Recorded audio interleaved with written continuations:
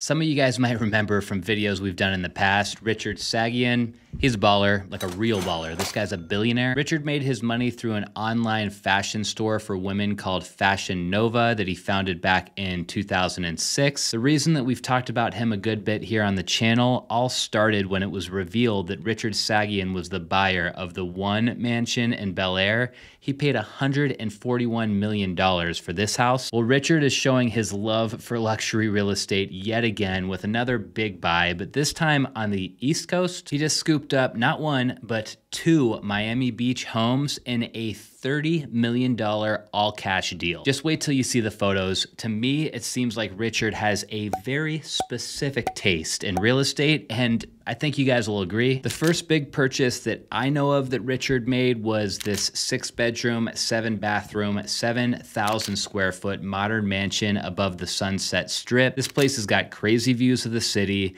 The architect behind the house is Paul McLean, and to me, the house just screams bachelor pad. It's very cool, very hip, lots of concrete, lots of steel, and lots of glass, and this one was actually previously owned by the DJ Avicii. Awesome house, and yes, we have talked about that one here on the channel in the past, but I've always been a big fan of Paul McLean's architecture, so it's kind of fun to look back at the photos. Like I mentioned, Richard's next big buy was the one. We've talked about that one plenty here on the channel before. And some of you will remember that I actually had the chance to tour it a few years back as well. For anybody new around here, the one is a crazy 105,000 square foot house. It's sitting on a huge hilltop lot, and it features basically every amenity that you can imagine. There might be some updates on this property sometime soon, but for today, that's all we're gonna say about the one. Then the last house on this buying spree that Richard picked up is in Malibu, actually. This one also has that bachelor pad vibe to it, although the finishes themselves are definitely more mellow than the others. It's a 6,000 square foot house.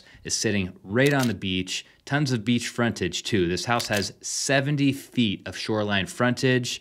Lots of glass in here, just like the Avicii house. You got to admit, not a bad property to add to your collection if you're a billionaire. Now let's get back to this Miami story, which is interesting, by the way. I've started to notice this very common theme with these billionaires or ultra high net worth people who are investing in real estate. It seems like just about every one of them own real estate in California and in Florida, and also in New York. The story on Richard's new Miami homes is that a spec home developer named Ami Shashua, I think is how you say it, he sold 2 houses to Richard in an all-cash deal. One of them was on the waterfront side of the street, and then the other house is right across the street on the non-waterfront side. According to the broker who was linked to these transactions, these houses will be used as vacation homes since Richard is still based full-time in LA. Now first, let's look at the house together on the waterfront side, because this is definitely more of the showstopper home to me. The one he bought on the other side of the street feels a little bit random. I think you guys will agree once you see the photos, but yeah, let's look at this one here first. For specs on this one, we've got 7 bedrooms, 9 bathrooms, 8,000 square feet. It's not a huge lot. It's only about 15,000 square feet, but you also have 75 feet of water frontage here, so I'm sure that makes the lot feel a little bit bigger. I want to show you guys the price history too before we get into the photos. So look at this. This house was originally listed for sale in 2023 for $76.5 million. I think this was shortly after it was finished because it says the house was actually built in 2022. So from 2023, he basically continues to drop the price more, drop the price more, drop the price more. Eventually it's taken off the market recently. It was $35 million was the last asking price. But remember, according to the Real Deal, Richard paid $30 million, not just for this house, but also for the house across the street. So he basically stole this place. It's honestly hard telling why this house didn't sell. I mean, look at these views. So you got this huge dock, plenty of room to park your yacht. There's this big rooftop deck, and it's kind of funny. So look over here at the neighbor's boat. This boat, I think, is tied to this tiny little dock. Imagine that boat parked in front of this house. It would fit perfectly. There's not much to the backyard, honestly, but like I said, it's only a 15,000 square foot lot. So you got everything you need: a big deck, a pool, a hot tub, and then a little like bar TV area. It's kind of a lot going on in this photo, but kitchen in the back with a T-shaped island. I've seen that a couple times before. is kind of growing on me. I used to hate it, but I don't mind that. The dining table feels a little undersized for the dining room, in my opinion. The stagers could have done a better job there. There's some room that they staged as a movie theater, but what I think they did is they basically just took one of the extra bedrooms and put a couch in there. It's all right, but it's not a proper movie theater. I'm assuming this is the master bedroom. It comes with its own deck. You're looking out to the water. This wood is already showing signs of wear. I mean, the fact that this house was built in 2022 and the deck already looks like this, that sucks. Here's the street view. Man, to spend $30 million and only get a 2-car garage is crazy to me. Here they finally give us another angle of the kitchen. This is pretty cool. The matte black cabinetry, the matte black countertop. And you guys, seriously, I need your help with this. Let me know down in the comments if you know who is the manufacturer of these cooktops. These are so cool. They're basically like the burners themselves are integrated into the countertops. And I've seen different developers use this before, but I've done some research and I can't figure out who makes those. But I love that, and I think it'd be cool to use that in one of my projects one day, to be honest. Here's another angle of the kitchen that I love. They should have also featured this one way sooner in the listing. You know, the more and more that I see these bars in these high-end houses, I can't help but think, sure, these are great to look at. Like, this looks awesome, but how often is this thing actually gonna get used? There's a lot more to this house. You got this like kind of spiral staircase that takes you to the upper level. There's this water feature that goes underneath the staircase. The bathroom right behind that master bedroom we were looking at earlier is wild. You have this big pane of glass so you can still appreciate the views from in here.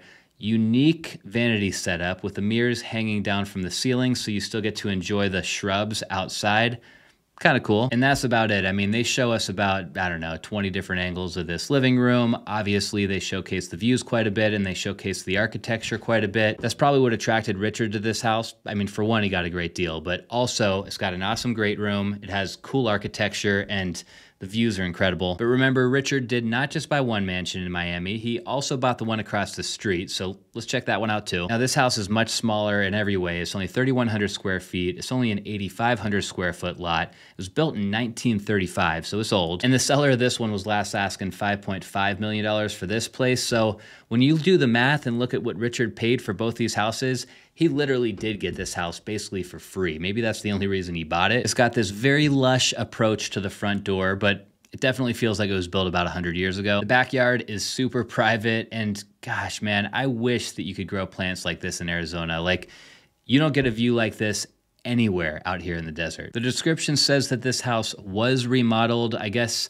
kind of the point of the remodel, though, was to retain a lot of the historic charm that the house has, which is actually kind of fun. Like, this kitchen is loud, but it's totally functional and it's actually kind of cool. Of course, in here, just throughout, you have lower ceilings, the rooms are a little bit smaller, and then the decor in this place makes it feel even more old school. It's just busy everywhere and cluttered too. Honestly, if I was Richard, I would just be like, can I have all the furniture? Just sell me the house exactly as is, and I'm gonna use this like as my guest house. Like when my friends and family come over, they can stay in this house across the street.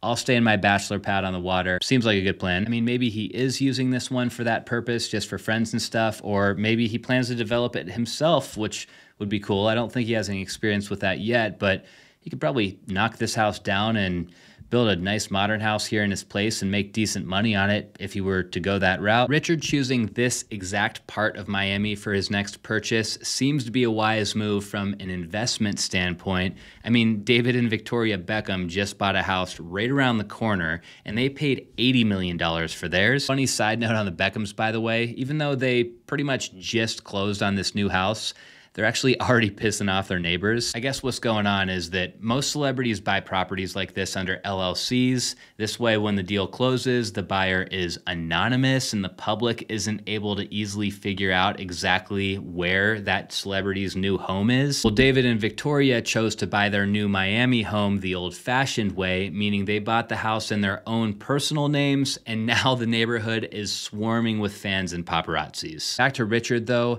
he's actually not just investing investing in residential properties lately. He just made one of his biggest buys yet, but this time it was a commercial deal. This acquisition was a 4-story office building in Beverly Hills that will be the future Fashion Nova headquarters. He dropped $118 million on this place. The new office is 175,000 square feet. It's located at 407 North Maple Drive, and this building never actually even hit the open market. Sounds like Richard is doing some work here before he fully moves in. One thing he's doing is he's going to be building out a new Fashion Nova social club that's going to have this fitness space, a juice bar, but these will be available only on an invite-only basis for both influencers and creatives. So Richard, I'll be waiting for my invite. Just saying. The Real Deal also reported that future plans in the Fashion Nova empire are calling for other corporate offices in London, Hong Kong, Sydney, and New York. So Richard is not slowing down on growing his empire anytime soon. Hope you guys enjoyed the episode. If you did, don't forget to hit the subscribe button down below before you go. I'll see you next week.